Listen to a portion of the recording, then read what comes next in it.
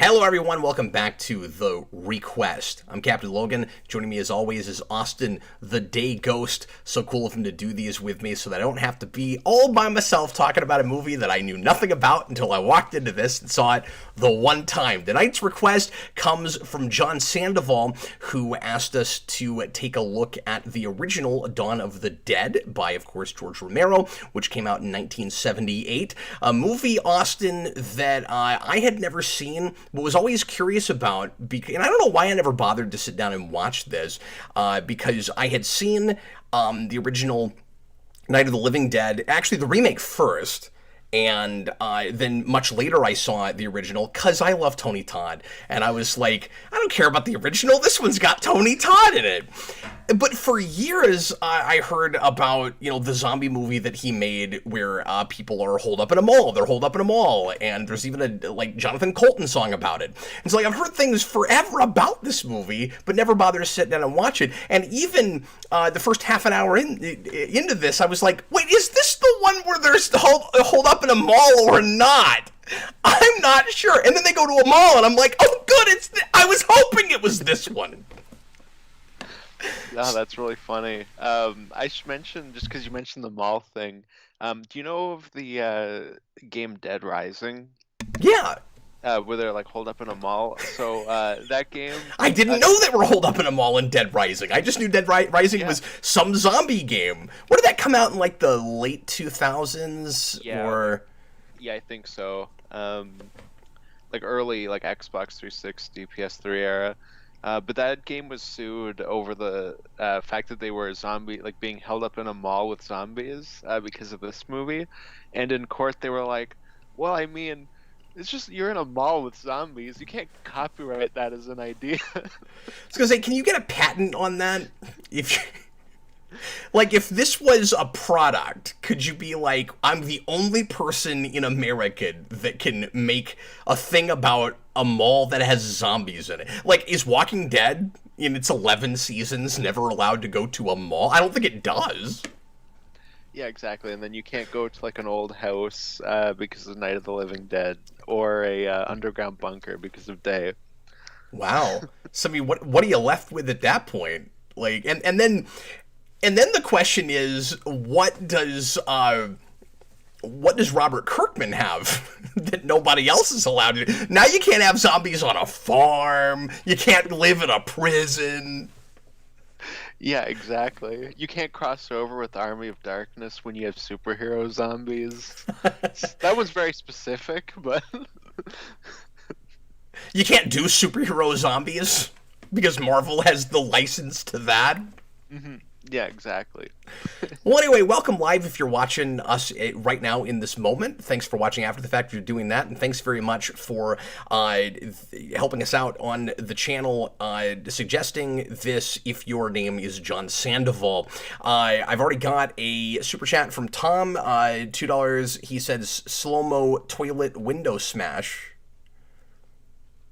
That is correct. That happens. There's a lot of that kind of thing in this movie. I have nothing to add.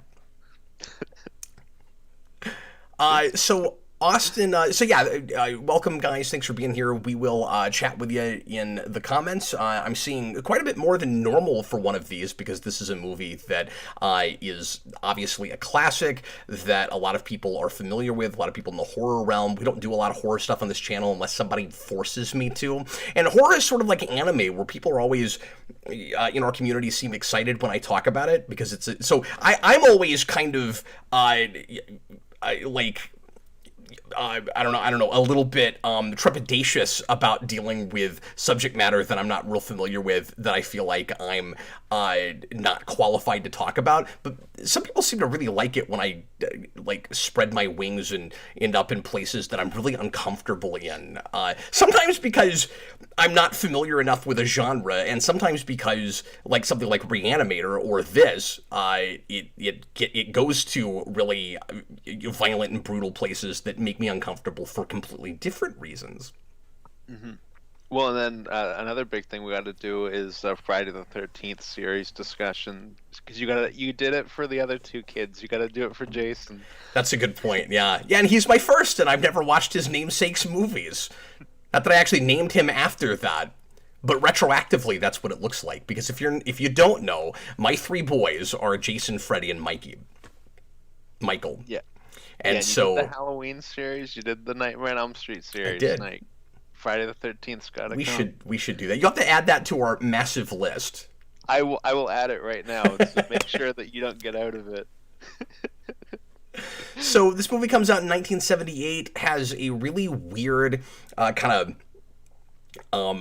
publishing history, rights history. It's not a thing that you can just go out and buy.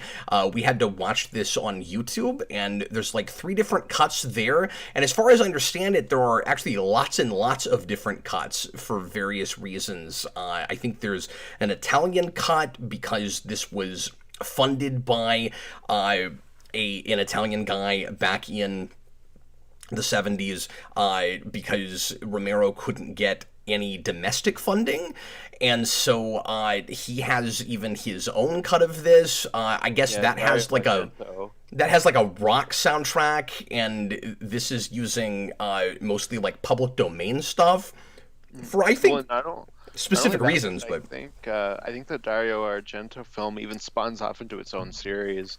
I think that's where it starts from. There's a series called Zombie that's what I read, and I think it's from that cut. So that's like a whole weird thing there where you don't typically get that with a franchise. Well, apparently there was just a ton of like extra B-roll and footage that was shot for this that wasn't used. So there's various cuts using more and more of that. So like I said, just on YouTube there were 3 cuts. There was the theatrical version, and then an extended cut, and then an even longer cut, like start to the motion picture, the special longer version. And I guess Austin and I got our wires crossed, so I watched what they called the extended cut. So I saw 10 extra minutes, and Austin watched the special longer version and saw another 15 or 20 extra minutes. In total. So I'm curious to see if you end up bringing up any scenes that I didn't see, or moments or something. I think when I looked it up, I think a lot of the extra stuff comes down to when they're just kind of hanging out, some more material there, as opposed to like big, like plot moments. Okay, because I assumed it was probably just maybe extra action stuff. Or maybe there could be stuff there too. More, lumbering zombie stuff, or things with maybe the biker gang screwing around outside before they come into the mall. Like, I could imagine a lot of places where things are just extended, because this is obviously a really atmospheric movie, and I'll have Austin give us a real quick plot synopsis here in a minute. This is a very simple film. It won't take long. But this is one of those movies that is real typical for the horror genre, although obviously this is a real pioneering kind of movie where I'm not saying that there aren't lots of details that are, thematically relevant, but it is a real decompressed kind of story. So there's a lot of scenes where you could cut lots and lots of things out and still have the bare bones of this. I mean, I would go as far as say, I'm not saying that it would make the movie better. I'm just saying that for getting the bare bones of the story, you could make a 35-minute cut of this. Like absolutely, you could turn this into a short film, and I don't want to see that. There's reasons to take your time and to have a lot of suspense in the film, but I do think that the length is somewhat arbitrary, and I imagine that's part of the reason that there are so many different cuts of this, right? It's like, how much downtime do you want? How much, just how long do you want to prolong suspense of certain things happening, be it somebody getting bitten, or somebody getting killed, or just the zombies are coming, when are they finally going to arrive, etc., etc. Yeah, no, absolutely. It's also interesting that it has so many cuts, because I think there's a bit of that with Night of the Living Dead. I know, at the very least, the first zombie in that movie, that actor like released his own cut where he filmed like more scenes with himself. Really? Weird. Yeah. I didn't know that. Very bizarre. So yeah, why don't you give us a quick plot synopsis of this, Austin, in case anybody listening has never seen the film? Okay, so Dawn of the Dead is a film about a group of four people that kind of go off after this big attack in a building with zombies, and they get in a helicopter and they're gonna go find somewhere where it's safe, and they end up holding up in a mall, and then hijinks ensues, and they gotta try to survive in the mall, and there's some evil bikers, as you said earlier, and it's just basically, them just trying to survive in this mall and trying to go as long as they can there. Yeah, and trying to, because it was surprisingly character driven. Like, the biggest thing that I took away from this is that it really is, you hear this cliche all the time, it's about the people, it's not about the zombies, and there is some I don't know if gratuitous is the right word, but I mean, it does have that B-movie vibe of here's insane brutality, isn't it crazy we put this on screen, and it doesn't take itself too seriously with all of that. Like, I think in something of a Reanimator fashion, especially at the end, we are supposed to be kind of enjoying some of that stuff, as disgusting and horrifying as some of it is supposed to be. But at the same time, there is a melancholy with this movie, and absolutely some pathos, and all four of these characters are people that seem real, that I understand at the end of the day, that have wants and needs, and aren't just there to get picked off by the zombies. Yeah, well, one of the things I like about Romero's zombie movies is that they're almost more of like an inconvenience at a certain point, while other humans are kind of the main villains, and the zombies themselves are more of a threat when there's a lot of them and they kind of catch you by surprise. But you get a lot of moments like there's the part where they're flying in the helicopter and there's just like rednecks with guns just picking them off for fun, off in the distance, or like the bikers run through the mall like throwing pies into the zombies' faces and stuff like that. Yeah, they're not even scared of them. hmm Yeah, exactly. I've always kind of liked that because I don't think zombies are like the most interesting or like cool horror like monster. But I what's cool used to about think I them? didn't think that either. No, But as but Robert you're Wilde mentioned in the comments, we've learned somewhat recently, we keep talking about this, that I am a closeted zombie fan. And that's one of the reasons I was very curious to finally see this one. And we'll talk about that. yeah, and Robert Wilde also sent a super chat, which is part of what I was going to get into with that, which is that one of the most interesting things about zombies is that they're almost like inherently satirical. Like it's very rare to see something that has zombies in it, at least something that's good with zombies that doesn't have at least an element of satire. Yeah, satire or allegory, depending on or Yeah, both. And I yeah, think exactly. vampires are also kind of that way.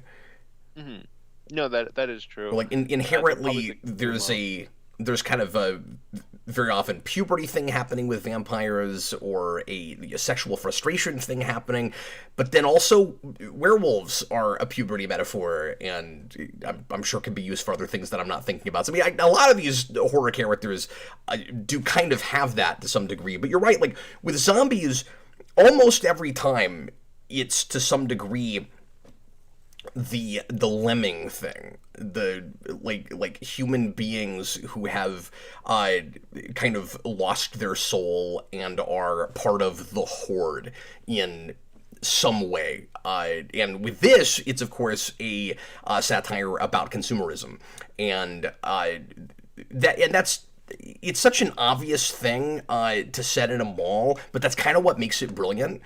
Like it feels like a thing that, I don't know, I would have never thought of it until it was done, and then you see it, and you're like, I mean, I've known about this for years, but I always thought that was a really cool idea. That's why I don't know why I never bothered to sit down and watch this. But oh yes, of course, the consumer zombie, the people that go to the mall because for no reason other than the commercials tell them to buy things, and then they wander around aimlessly, being told what to do by society. Their minds are not their own. They give up their hard-working money for expensive things that, and the movie even kind of gets into this a little bit with like a recorded message on the PA system, like you're being told that there are sales and that you're saving money, but you're actually spending money that you wouldn't have spent otherwise. And like, it's impressive, all of the ins and outs of what happens with, particularly with this, of course, shopping malls, but just commercialism and consumerism in general, in a situation where you don't even actually see the normal goings on at the mall. We go there after the apocalypse has happened and it's been deserted and nobody is there. Yeah, exactly.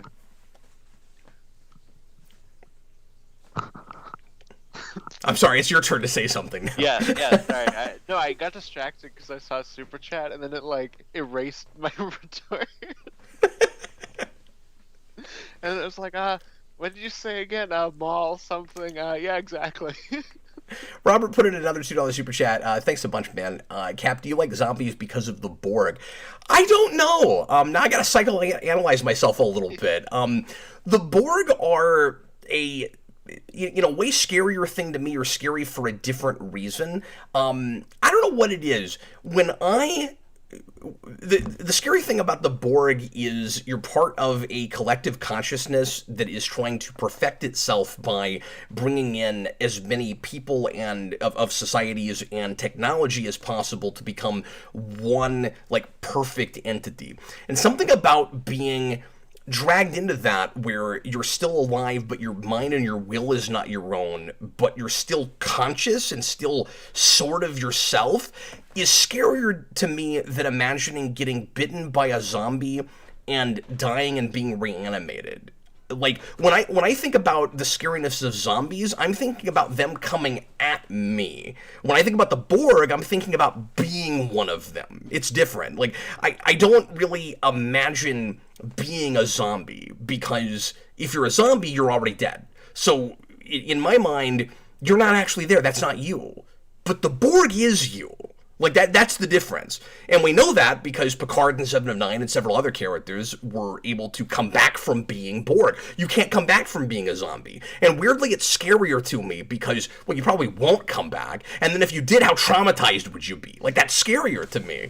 Yeah, exactly. Yeah, I never really had the zombie Borg thing until I watched First Contact, because they're just straight up zombies. That's because they just made them zombies in that, yeah. Because they had to give the Borg a face and the Borg Queen and make them far less interesting. Mm-hmm. Yeah, because they both have like the lumbering thing and you're not all there.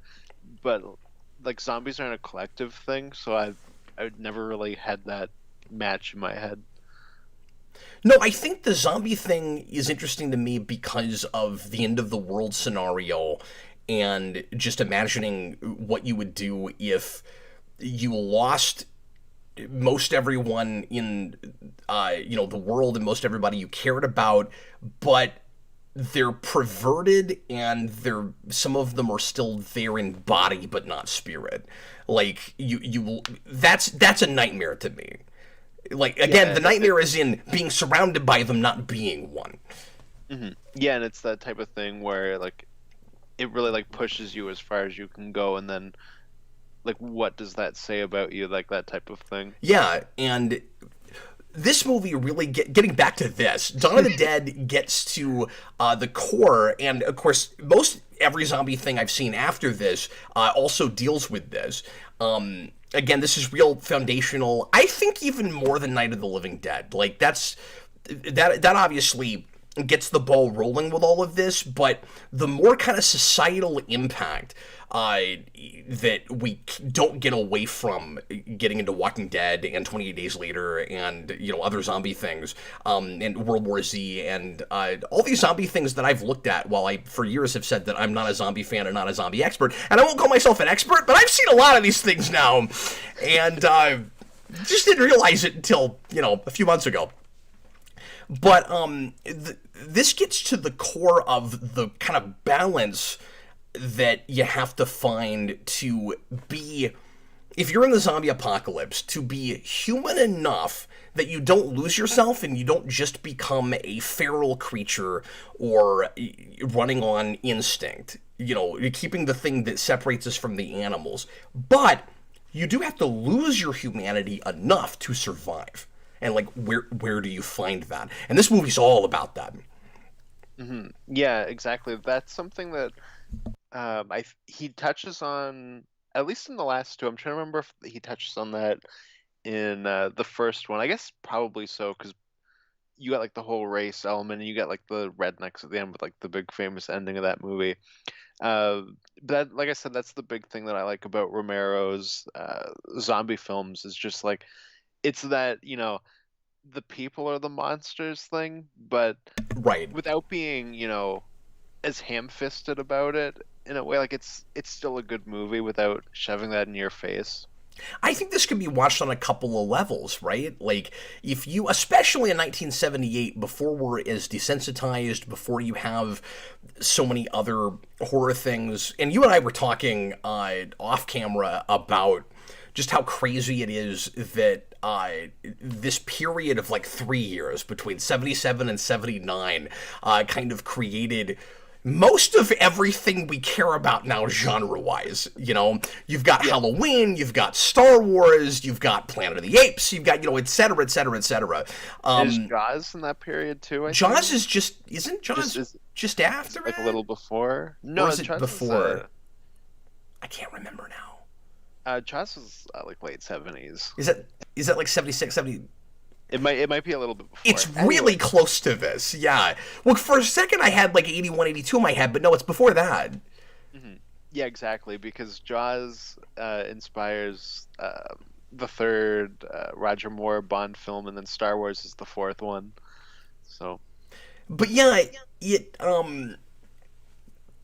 so I mean, it's like I said, it's foundational. It starts a lot of this stuff, but people. So like we've seen a lot. Sorry, I'm finding my train of thought. We've seen a million things that not only kind of ape this and add to it and repeat it and stuff, but also get a lot more violent and arguably scarier and harder to watch than this, because we just get more and more desensitized as we continue to make horror things. But if you watch this, particularly back in 1978, it would have to be a more unnerving experience, I think, than it would be now. Mm-hmm. I guess that's the point I was making. Well, and it's really cool because you have a trilogy of films where each one comes out in a different decade. You get a 60s movie, 70s, and an 80s movie. And they each very much kind of reflect the times that they were made. And it makes for really interesting viewing. And obviously you get this one, which is the second one. And it's like right in that midpoint. So there's more. It's more graphic than the first one was, but nowhere near as graphic as the next one will be. I'm glad you brought that up, because I've never seen the third movie, but also you talking about all that gave me a chance to remember where I was going about that a minute ago, which is to say that the movie, like I said, can be watched on a couple of different levels, and even now, but particularly in 78, you can just watch it as a haunted house movie. You can watch it to be scared, or you can watch it to imagine yourself in that situation. What would I do? Which of these four characters do I most identify with? Each of them have a different skill set, a different way of looking at things. They each have different interests and motivations, and it was, I think, really smart to have such a small cast. But you also can watch it as the satire, as the allegory. And if you aren't looking at one, I think the other one is interesting enough to get you through it. So, I mean, if you're looking at both of those ideas, it becomes a very layered movie. And one of the things I was really impressed with, like I said, I was surprised by just how character driven this movie is. And there's a lot of really cool kind of foreshadowing moments and like subtle character bits that I wouldn't have expected from a horror movie, right? Like, Halloween happens right around the same time, and that's not a super character-driven movie. Like, I like the main character in that movie, but I don't find her anything like as drawn as all of these characters. And that was the thing that I really latched onto. For instance, you've got two cops in this, and one of them is more of a hothead than the other one, and he's going to he's going to be really impulsive later on in the movie, and that's going to ultimately get him bitten by a zombie, and slowly he's going to degenerate and get turned into a zombie and die, right?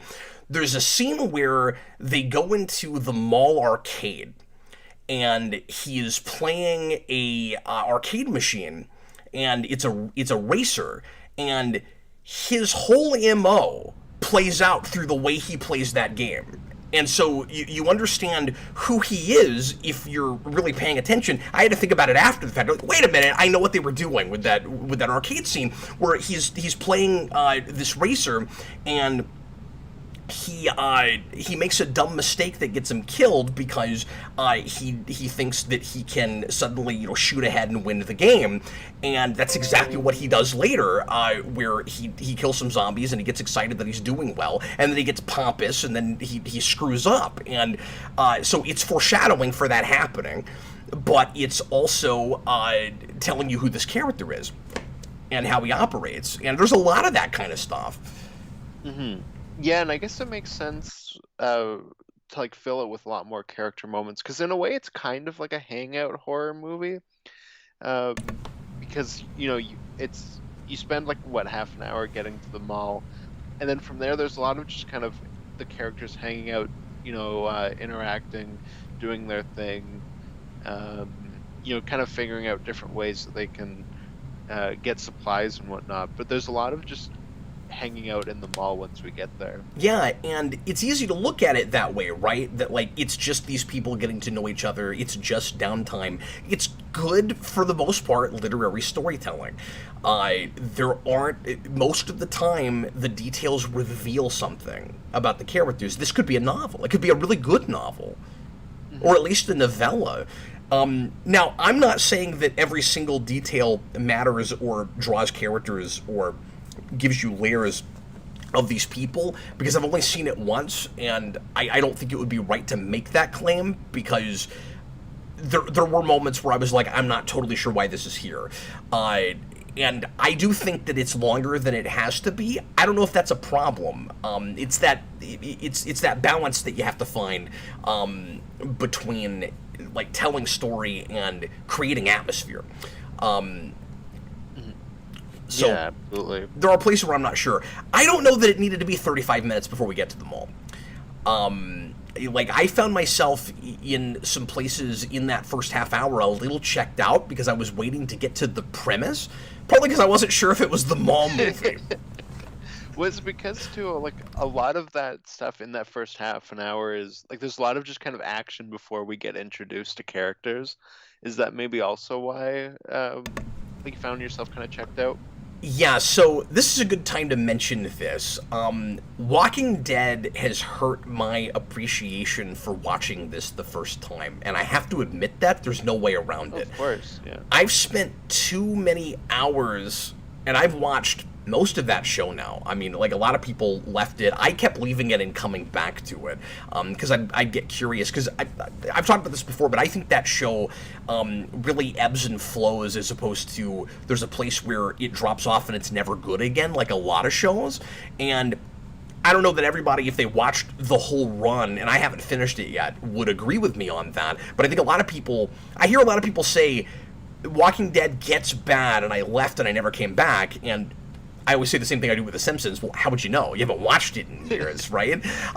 That does happen with a lot of shows, certainly, where you get to a place where, I've heard this with Supernatural. This was kind of true with Dexter, where you just get to a place where there's no point in continuing. But the thing is, with Walking Dead, there's a different place that everybody has where they think that has happened, and I think that kind of maybe helps to prove my point a little bit, where it's more that there are good sections of seasons and good seasons and bad ones, and some of the good stuff happens after some of the worst stuff. So anyway, I bring all of that up to say that I've lived with situations like this a bunch with Walking Dead, and so it's difficult not to check out during action scenes sometimes with a zombie thing for me now, because I got in this cycle with Walking Dead where I would kind of sometimes wait for the talking parts to start again. Oh, okay. So you kind of had that like going in because you're kind of programmed to have that with The Walking Dead. Yeah, it was difficult not to, where I'm like, okay, this is supposed to be scary, and it's supposed to be really suspenseful, and there's a sense of urgency, and these zombies are coming, and we've got to blow their heads off, and then after all that happens, we'll see who lives, who dies, who's traumatized, who's not, and then we'll have a conversation about it. And I'm kind of just waiting for the conversation to happen. And then there's also the problem of, and don't get me wrong, some of that stuff is really good in this, but I had to live with it for a while before I realized that some of those scenes were actually worth paying attention to. And I don't mean that they never are in Walking Dead, but that is a very decompressed thing, and they're trying to fill 45 to 55 minutes of television and in an episode, and there are definitely episodes where it's just dragged out for no good reason, and the details are not revealing anything about characters or world or theme or anything. So I would need another viewing with this to appreciate some of the scenes that I had a really difficult time not letting my mind wander during. And then the other thing is, no disrespect to the makeup with this, because again, in '78, it would have scared people more than it would now, I imagine, but a lot of it looks like people with just blue face paint. And then there are places where there are prosthetics and there's actually kind of messed up faces and it looks pretty good relatively, but I don't know, I thought I was watching a cheaper movie than I was. Like, the first half hour I think looks cheaper than the rest of it. Yeah, so the effects in this movie and like all the makeup and stuff were done by Tom Savini, who's of course big famous horror icon. And I think even he has always been disappointed with how the zombies look in this movie, and there are definitely ones where they look a lot better. I think overall the effects are kind of mixed, inconsistent. Like, exactly, yeah. There's some moments that I think look pretty good. Overall, yeah, the general zombie makeup I don't think is great, and there is just kind of like a cheapness to it. I just kept having to remind myself I was supposed to be looking at zombies. Like, sometimes they just look like people wandering around. And you could say, well, in the mall, at least that's the point. Yeah, for sure. That, like, one of the coolest ideas in this that I've not seen in a lot of other zombie things, the movie is 44 years old and was pivotal to creating the things that I've seen that I like, and I don't think I've seen this in much. The idea that the zombies still have memories to some degree, and it leads them to places that they don't know why they're there. I like that idea a lot, and it's the thing I think that it kind of makes, I guess it's crucial, it's the thing that makes the satire work, that the zombies go back to the mall because they remember it being important. Why is it important? Because society tells you to consume. And so if they were, there would be an obvious symbol there if the zombies were just happened to be in a mall, but there's something about blurring the lines between the allegory and the events of the actual movie that makes it more compelling, if that makes any sense. Where, like, the zombies are there because society told them to consume, as opposed to just, well, when you, like we're eating each other in order to get more stuff. Like, that's obvious. Yeah, and it's really interesting going forward, because that's like a big idea that they touch on in the third movie. And not only that, but they Tom Savini comes back, and Robert Wilde mentions Greg Nicotero as well. They both work on the effects in that movie. Greg Nicotero works on The Walking Dead now. Oh, Um, interesting. but they both do Day of the Dead, and I think that's probably like the peak of zombie effects, as well as kind of really exploring the idea you were just talking about, where zombies can remember things from when they were a person. Like there's kind of like a base, maybe like instinctual level, like who you were as a person carries over. Yeah, it is still instinct. You definitely don't still have a soul. Like, you're not in there. Mhm. Yeah, but it's almost like um, because it's still your body and brain, like some of those memories are still there. Yeah, and then having to shoot the brain to kill the zombie makes that whole thing kind of more compelling and kind of make more sense. Hmm. Yeah, exactly. It almost makes you wonder why nobody's kind of really taken that and run with it, besides Romero, of course. What do you mean, like, in what way? Like just running with the that idea of like there still being like elements of you as a person like in there and the brain and Yeah. just stuff like that. Because most of the time we drop any sense of that. Well, and that's why I found the few zombie things I've looked at where you do still have your wits about you to some degree, where like you still do have your personality, but you can't help but be driven by hunger, and it's not. It is all instinct, but you still think you're you. I'm coming to like that zombie more than anything else, and we don't do that a ton. Like iZombie does it. iZombie kind of actually lets you keep your soul to some degree. Oh yeah, I guess yeah. I wasn't really But thinking then, of but that. then Yeah. Marvel Zombies, and a lot of people think that that's just gimmicky and not a good story. I disagree, and Kirkman did that before he did Walking Dead, and I think he was on to something. But there you have Marvel superheroes who still have the same inherent motivations and beliefs, but they have to ignore them because they're zombies now. There's just something about that that I've always found like really disturbing, and that's what made that whole thing kind of fun to me. That's interesting. I didn't know that there were people that found it gimmicky. I always heard it was a really good satire on the way these companies kind of, push these characters forward to the point that they're almost like zombies of what they originally were. Yeah, yeah, I hadn't even really thought about it that way, but I guess that is part of it. I always just thought it was interesting to see like superheroes that still want to be superheroes, but like they just physically can't. Hmm. No, and that's pretty cool too. Robert Wild put in another super chat. Thanks, man. I love how even though they have everything they need to survive, they eventually get bored in the mall. They eventually need change. Yeah, absolutely. Just the inherent contradiction in humanity that we're adaptive creatures, but we also, in some ways, aren't. We do get bored. You're not going to be able to just be in the same place forever necessarily, even though these people accept zombies very quickly, but how long are they going to be able to live with this mall? But again, each of them handles that differently. You've got Peter who doesn't want to leave, and I wanted to that's the black guy, right, Peter? Yep. I wanted to ask you what you thought his primary motivation was for initially wanting to stay holed up in the mall, but then especially when he's going to maybe die if he stays back, like knows that he's not going to make it.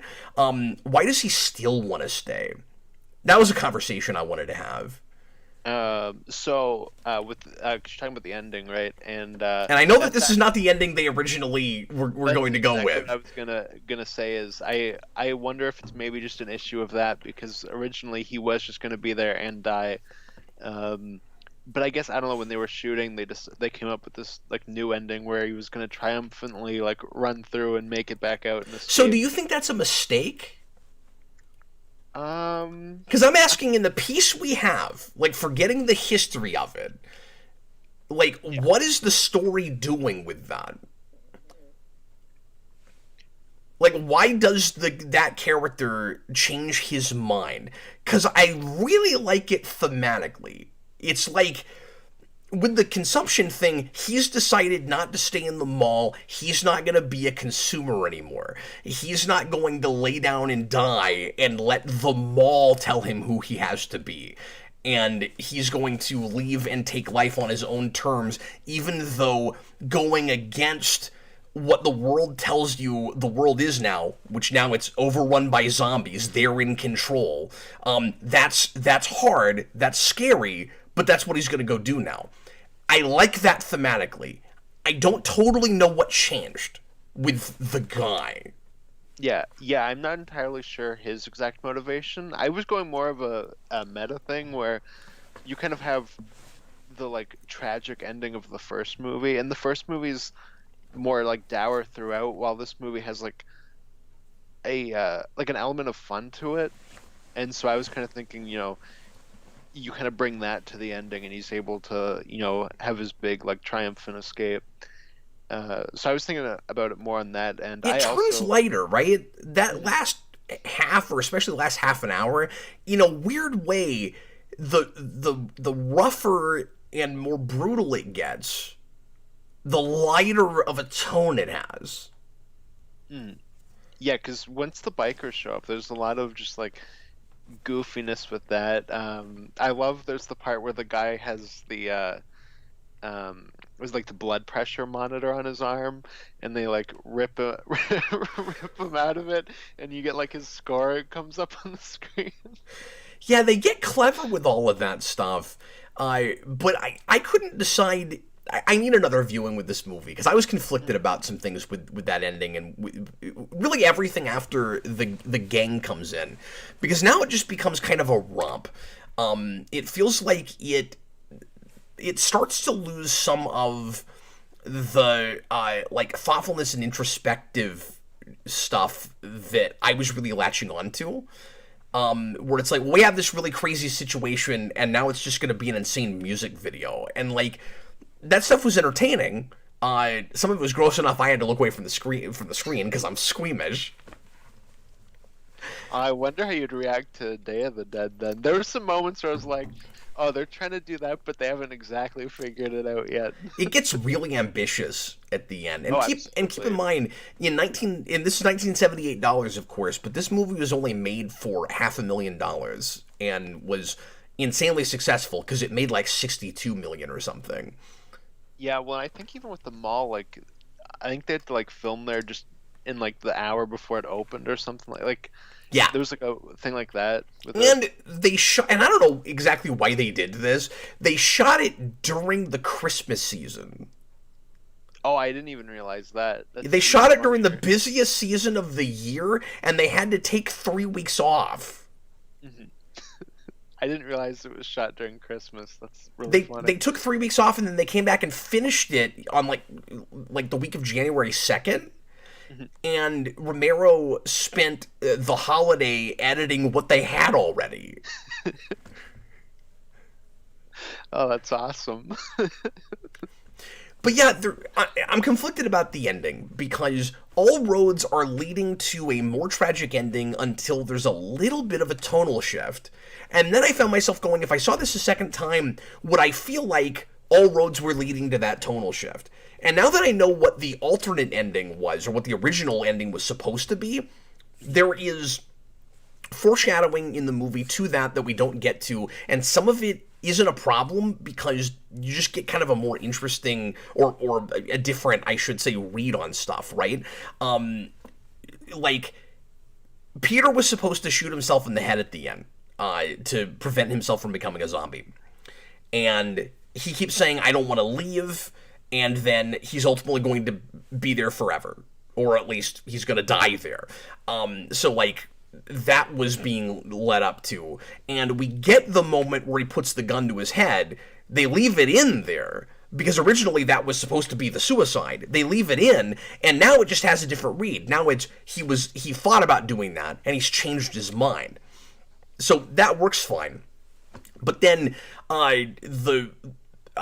what's her name? The female character, Fran, she was supposed to get her head sliced off by the helicopter propellers. Do you know about this? I forgot about that. That's how she was supposed to die. Yes, because isn't the head prop that they made for it like the one that explodes or something like that at the beginning? I think they like reused that prop. Or maybe Yes, they reworked it to be the head of a black man whose head explodes. Yeah. But it was supposed to be I her. completely forgot until you said that. Yeah, and I think I read, because I didn't notice it watching the movie, but I read that there was supposed to be that there's foreshadowing for that too, where I don't know if like a zombie's head gets stuck in helicopter propellers or something. Was that not in the cut you watched? I'm not sure if it was or not, because I read about it, but I couldn't remember if I saw it. But again, some of the action I tuned out during a little bit. That's right. That's actually probably my favorite zombie kill. It's the one where they land the helicopter after they get out of the building before they get to the mall, and At the gas. there's a zombie that climbs up on a box, and it's this big suspenseful scene where he's filling up the gas, and you can't see the zombie coming up behind him, and it's slowly coming up. I can't remember if I saw that part or not. And then the top of its head gets cut off by the helicopter, and it falls over. Yeah, that's in. I think that's right before, or right after that moment where Flyboy is like shooting the gun at the zombie that's attacking Peter, and he's like, "Hey, like, you never aim a gun at a person." I think it's right before that. But I do think the ending does kind of match the beginning, where you have, I mean, the big connective tissue between all four of these characters. I mean, besides that, you have two different types of couples. Like, two of them know each other, the other two know each other, and then one person from each couple knows each other. So, like, there's familiarity already.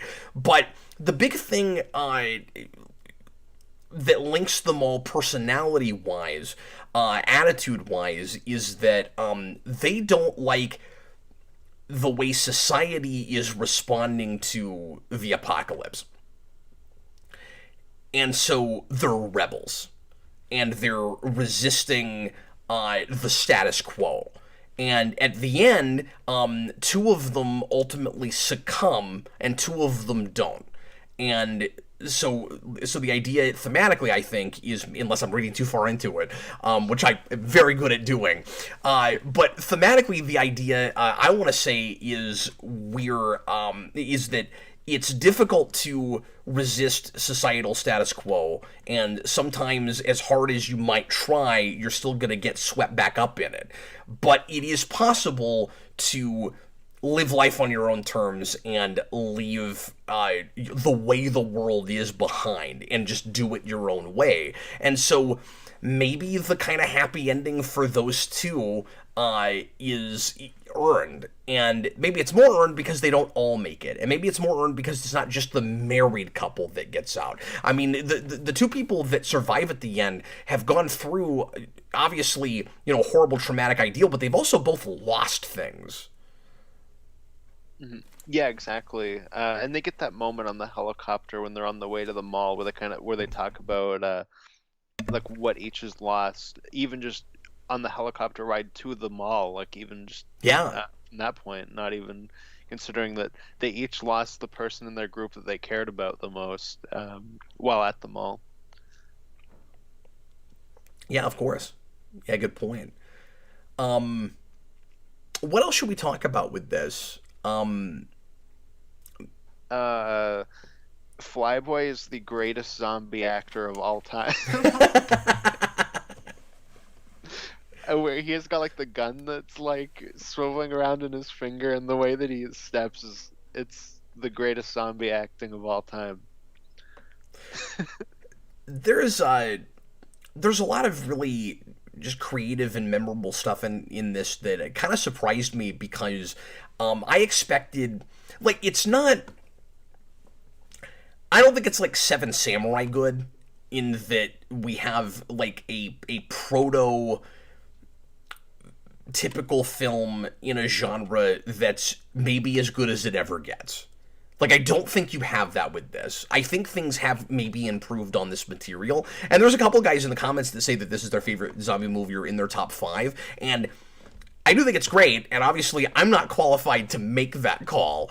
You know, whether it's greatest of all time or whatever, because like I'm realizing I like zombies more than I thought I did, but I still probably haven't seen enough. But I didn't get that feeling watching it of like this is as good as it ever gets. I do think that there's maybe some stuff that has improved on it.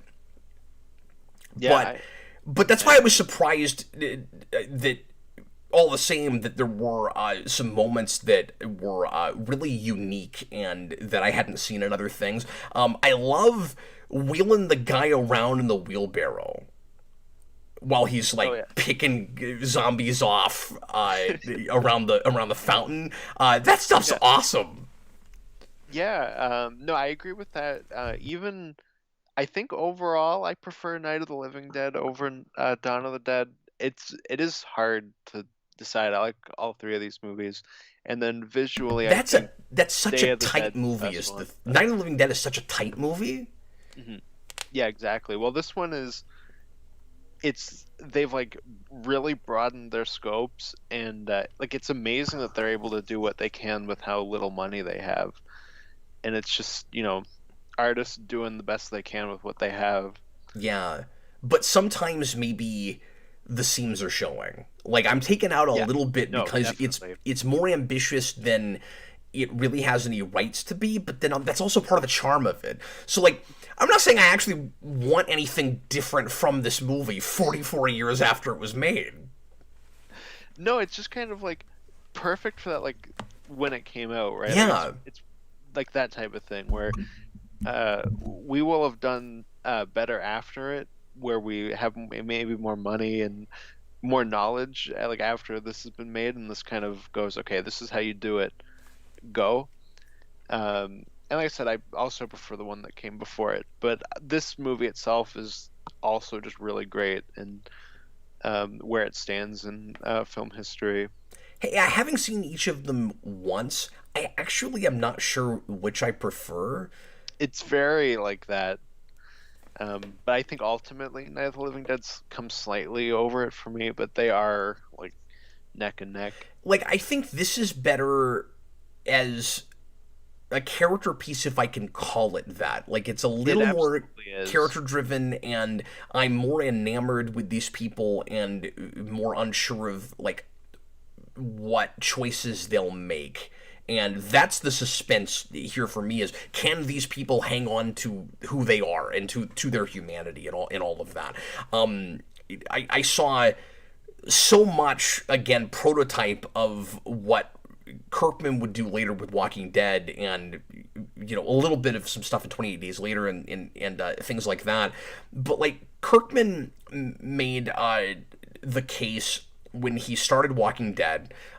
There's a He wrote a foreword for the first compendium where he says, I wanted to, zombie movies are so much about the zombies and the kills, and I wanted it to be about the people first. And with all due respect to him, this is that though, and it's handled in a really similar way to the way he did it. The only difference is his keeps going. Like you could have very easily, and like a lot of the same kind of tropes and ideas are there, and we're questioning a lot of the same kinds of things, and we have a lot of the same practical considerations of like we're trapped in a room. How do we get out? How are we gonna eat? How long is our food gonna last? Like we can make it for a while, but eventually these zombies are going to get in, etc., etc., etc. Like, both things are just as smart as the other about all of that. But, like, a lot of the societal kinds of considerations, like, where do we go from here, and all of that, are certainly in both. And, like I said, with Walking Dead, the only difference is it's an ongoing thing.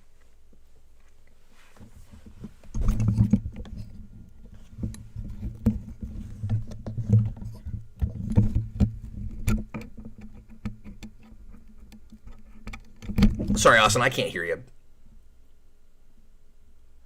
Apparently I muted myself and Oh, didn't weird. realize. I thought it was on my end for a second. Oh, sorry. Yeah, I don't know when I clicked that. Anyway, I'm sorry. What were you trying to say? What was I saying? It was that The Walking Dead is like a serialized thing that keeps going, while this is just that, and this could be like the season finale or something of Walking Dead. Like it's got Yeah. that much room for stuff. And then it could keep going with these couple of characters who meet up with some other people, and we'll see if they can get along. And yeah, exactly. And then it'll get really bad for a little bit, and maybe it'll go back up. But yeah, I was surprised, and I'm not comparing it to Walking Dead just because they're both zombie things. Like, this is the most like that of anything I've seen, and it's one of the first major zombie things. Yeah, it's I don't know if you can say it's the second, but obviously I know Romero did kind of create the modern zombie. It's certainly, I keep using the word foundational, but like, you certainly don't get Walking Dead without this. I mean, that's an obvious thing to say, but I just mean like in the attitude it has with the satire and stuff. Mm-hmm. No, you don't get stuff like that, or like Shaun of the Dead. Obviously, not just in title, but like just in the way that movie is, satirically, and just like how it handles its characters. One thing that really appealed to me about this, and I meant to say this earlier, is as soon as they get to the mall, I had this revelation. I had this kind of flash where I was like, and part of this is because both of these things are made around the same time period, but in a really weird way, this is like Willy Wonka and the Chocolate Factory with zombies.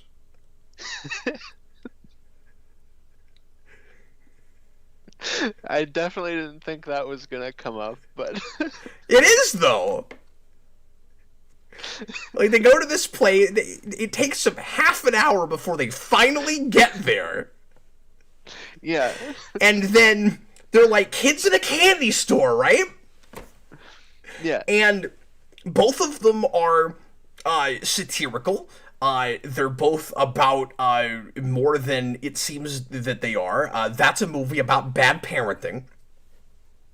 And there's a consumerism thing there too, but it's primarily about like adults who have forgotten the importance of childhood, who don't know how to raise their kids, and are turning them into idiots. And we lose them along the way. And then this is about adults who are being brainwashed by society, and we kind of lose them along the way. I don't know if the zombies are the Oompa Loompas. I haven't figured that out yet, but there is definitely a comparison to be made between these movies. There's not a Willy Wonka himself. That's where the whole thing breaks down. Is there's not a person that owns or runs the mall, and the mall isn't given away at the end. But there are a couple of people who lose and get nothing. Tom Savini's character, the biker with like the sword, he cuts people up. He is the Willy Wonka. Robert Wilde says Willy Wonka and the Chocolate Factory is one of my favorite slasher movies. The kills are great. The kills are great. Yeah, like the one kid that like balloons up like a blueberry. Right. And then you have a big balloon person, a zombie in this that falls in a fountain. Like topples over into a fountain. I don't know if that was in your cut. That was in my cut. Yeah. Well, my cut was longer, so yeah, I know, but it's always possible that yours was longer, but also missing some things that my cut had. That could happen. My cut didn't even have Peter in it. That's like the weirdest part. It was an extra weird. half hour, but didn't include one of the main. I'm starting to think my cut could beat up your cut. Actually, let me check. I don't even think it was called Dawn of the Dead. I think I watched Day of the Dead. Why was the working title changed? That's the thing I was wondering. What's the working title? It was going to be called Dawn of the Living Dead, and they took the living out. Oh, okay. So it's just I don't know. Because you had Night of the Living Dead, and then its follow-up is Dawn of the Dead. Yeah. There's no living in there. I mean, it's not as bad as like the fourth movie with that, where it completely throws the title scheme out the window and it's Land of the Dead. Robert also says both Willy Wonka and Dawn of the Dead end with characters flying away in a machine. Coincidence? I think not. I kind of want to write a a video essay on this. I Yeah, think if that'll I be, really put my mind to it, I could come up with more ludicrous connections between these movies. This will be the new Tommy Wiseau is the Tick video. Yeah, I was thinking Dawn that. of the Dead is Willy Wonka. I'm gonna do it. I think. I think I should do that. Nobody steal that from me. I want to have that. Give me some time. I don't know what I'm gonna do. Give me some time. Maybe I'll do that for October. That'd be a good like Halloween video. Yeah, Willy Wonka's my favorite Halloween thing. I want to make sure and get that in there. Oh, we also have to mention the elevator song. Oh yeah. Dun dun dun dun dun dun. I freaking lost it when that came up because I have spent and we're bringing this up probably too much on the channel. I'm a pretty big Plinkett fan, but in particular Red Letter Media by extension. And I watch more of their other stuff now, but I used to just watch the Plinkett videos.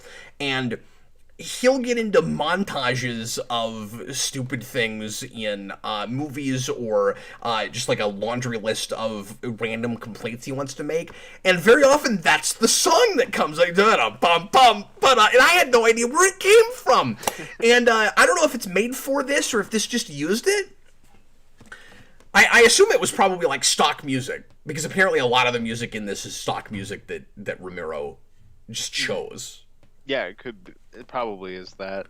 But yes, so Cap messaged me on Discord today out of the blue. Oh my god, the Plinkett song comes from Dawn of the Dead. 5 minutes later, and it's in the credits, It's in the credits! That's the best part! They float off in the helicopter, the movie's over, they go to the foyer in the mall, and it's just the zombies continuing to walk around. They've won the mall. The consumers have taken over. It's the best. I think that if you had to ask me what my favorite part is, it's that. It's that. It's the second the credits hit. It's the second the credits hit. It's so good. I have not, Robert, looked at the Red Letter Media review on Dawn of the Dead because I didn't know that they did one, but now I will since I've seen this movie. Yeah, they did. Yeah, I want to say they've done a review on that and one of the other ones. Maybe it was Day of the Dead or maybe it was Land. I can't remember, but they did like a shorter one. Well, you know what? I have done my level best to be really thoughtful about this material and to make it as interesting as possible. But I guarantee you their video is better than this. Probably. Because they're probably somewhat qualified to talk about it. They had a better co-host than you do. Don't sell yourself short, man. I mean, if all fails and we're talking about a thing and you just can't think of anything to add, you can always just fall back on. A blasted super chat and it deletes my thought. I'm just gonna start singing that at you and see what you do. That'll be the new Greg Cox wrote The Dark Knight Rises novel. And now it'll be really hard to explain. Why do they keep going? It'll be really awkward when like I do that and it deletes your thought and you have to do it back at me though, and eventually it just becomes that. The irony will be when it somehow gets copyright flagged. Well, if it was created for this movie, the like copyright around this movie is insane. So somebody said they thought it was stock. You get the stock music that gets copyrighted. Josh put a super chat. This movie should be named "Consumers" with 2 O's. The movie. Yes, that's an accurate title. That can be the sequel to The Crazies, one of the other Romero movies. It can be The Crazies and then The Consumers. Philip claims that the reason Living is gone, I think he's saying, he says Romero sticks to Of the Dead to keep his movies separated from Return of the Living Dead movies. Maybe that's why Living's not there. Maybe, I but don't I know. don't think that was connected. And Return of the Living Dead's an '80s movie, Yeah, but so like why not was sure. it? But then later he said I already explained why they changed the title from Living Dead. So maybe he explained that specifically further. It was changed because The Living Dead became its own movie series. I don't know if that makes sense though, because that would have been after this. Yeah, I'm not Did sure. it It come might. out as being? But it couldn't have because we're Yeah. looking at the title as it was. Well, it probably make the most sense that they changed it just because Dawn of the Dead sounds better than Dawn of the Living Dead. But Yeah, it's more alliterative. yeah, yeah, exactly. It's got more of a ring to it. Thomas says Brandon is the next best co-host. Brandon's the best co-host since Sliced Bread Yeah. was your Does co-host. that does that make you sliced bread, or is it somebody else that doesn't work with us anymore? No, like you literally just once did a show with Sliced Bread. Robert, Return of the Living Dead came out in '85, same year as Day of the Dead. Yeah, hmm so it can't be because of that, Yeah. unless I'm misunderstanding your point. There's some like eighth dimensional backgammon going on here that I don't know. Well, anyway, we're over an hour again. Austin, anything in particular you want to make sure that we bring up that we haven't talked about yet with this movie? No, I got nothing. Do you have anything? No, I think we were pretty thorough. I mean, there's other things we could have tackled, but I didn't get my sign out. But I would flip it, feeling it. Certainly, like I said, I'm somewhere mixed on whether I like this better or worse than the first movie, and I'm funky on the ending to some degree. I need to see it again and see if I feel like No, that makes it, sense. it, it, it tracks as well as I want it to. Because again, like thematically, I think it's there, but Yeah. When I think this movie has better characters overall, the big thing that wins it out for me for the original is the ending. Because I just think that ending's really great. yeah, I do too. Well, that feels definitive, and this feels real Absolutely. reworked because it was. hmm Yeah, and that's like one of the all-time best horror endings, I think, with the first one.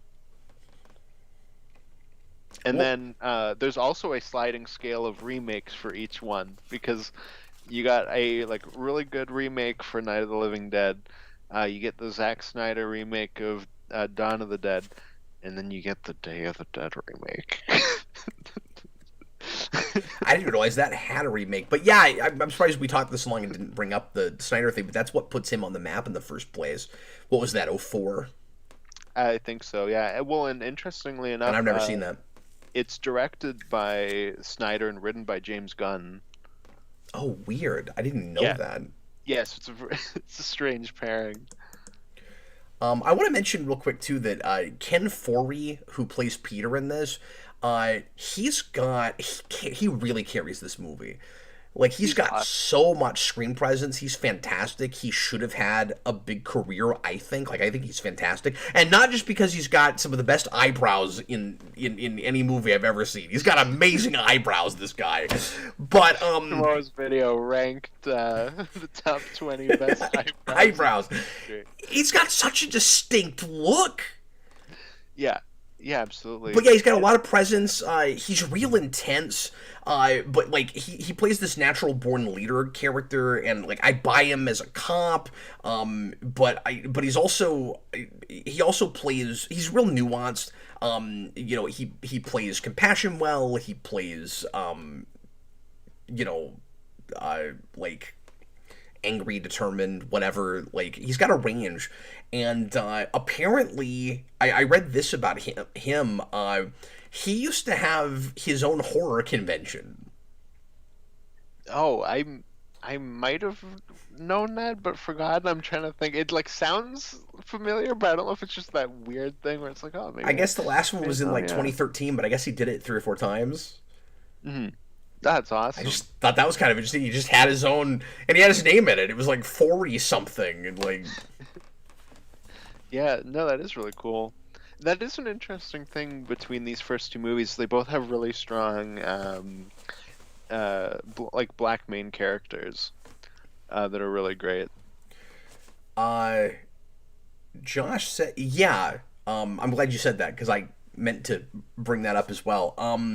Robert Cap, have you seen 28 Days Later yet? Oh yeah, 28 Days Later is my favorite zombie movie. I actually haven't. And Josh says that it's his too, and I didn't know that about Josh. I'm surprised to hear that because I always feel like I'm off on an island on this because I'm not a horror guy, and a lot of people, 28 Days Later, it's fine, but like it's fast zombies, and that's wrong. You're not supposed to have that. That is one of the most intense and atmospheric movies I've ever seen, with some of the most gorgeous photography in a thing that is relentless. And yeah, I love it. It's wonderful, and I think I think one of the reasons that I still love that movie as much as I do is just because I think it was kind of my first zombie movie, and I saw it when it came out, and I was very impressionable and young, and like Blade was too intense for me, and I saw that in the theater while I was working at a theater, and it kind of blew my mind, and I had almost like a Matrix thing with that movie. Like I just had almost like a kind of spiritual experience with it, and I haven't gone back to it a ton, even though I love it, just because it's weird. Like I love that movie, but it's in a genre that I'm not big into, so I don't think to go back to it a lot. But also, it's one of those experiences where I'm worried about diluting it, if that makes any sense. Where like I can't have the first time with that movie, and I think I like my memories of it as much as like the actual. So I don't know. I need to sit down and watch it again. I've seen it 3 or 4 times, but it's been a while. And I saw the sequel a couple years ago, and I've heard that's not great. It's not great. It's got Hawkeye in it. Oh, weird. Yes, he's probably definitely not great. He's the main character. But yeah, since this came up, I guess I should probably mention Subject, who did this request, has his own horror channel called Haven of Horror that I sometimes go on, and Josh, who said that, is his co-host a lot of the time.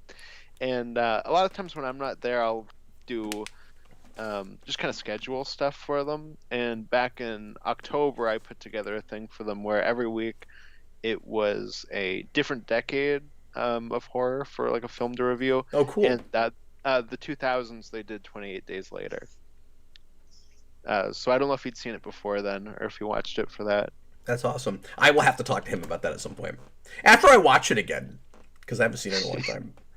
Yeah, I need to finally watch it. I was like, I put it on this list. I'm going to review it with these guys. I'm going to finally see it. And then I was too busy that week and couldn't do it. Watch it on the biggest screen you can find. I can watch it on Disney Plus. So really, it's on Disney Plus in Canada. Yeah, both of them are. Okay, next time we're gonna be doing a movie I have never heard of. Apparently, it's a more indie movie that Malik asked us for called The Outfit. Don't know what it is. Don't know what it's about. It's a movie. It's called The Outfit. That's what we're doing next time. So look it up. Watch it, maybe, if you want to, and then we'll talk about it. I like going to these things blind, so I have no idea what this is. We're just going to look. I'll make sure it's the correct year, and then we'll watch it. The 568th most searched thing on Google tonight will now be The Outfit. I think you got to put a couple of zeros at the end of that. Oh, okay, sorry. 00000000000. You don't have to put that many zeros on it. A little bit, there'll be like one person that searched it up. It'll be me. Oh, you really messed with the algorithm there. Guys, thanks a lot for watching. I hope you enjoyed it. If you would like to make a request for this show, the ReQuest, you can go to patreon.com/geekvolution. The $15 tier makes that possible. You can get in for just 1 month, and your name will be, and request will be added to the list. There's about a 3 to 4 month wait right now. We've got 12 to 13 people regularly on that tier, and if you stick around there, we really appreciate it, but you certainly don't have to. You will get your request in regardless of how many months you pledge at that tier.